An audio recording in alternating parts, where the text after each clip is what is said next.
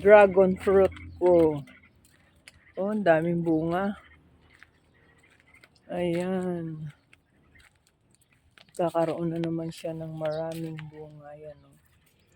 Yan, isa. Dalawa. Ano pa? Tatlo. Hindi masyadong makita. Apat. Ayan, pang-apat. Kaso lang,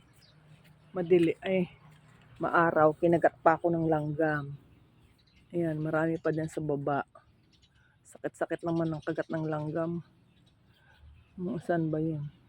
Nagkalat na lang dito sa baba, oh. Natabunan na ng mga buhangin. Mga dragon fruit ko, hindi ko na siya naasikaso. Kaya, ano kaya ito? Pagpuputulin ko na lang kaya, tapon ko na lang. Saan-saan na yan, gumapang. Sakit nun ah. Kagat ng langgam ko ah.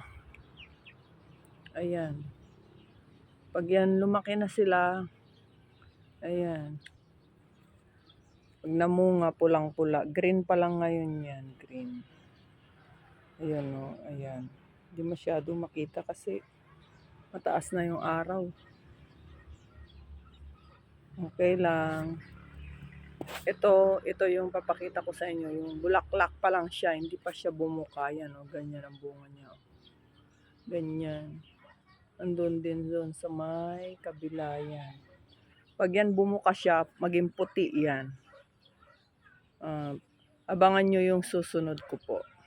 Pagbuka niya.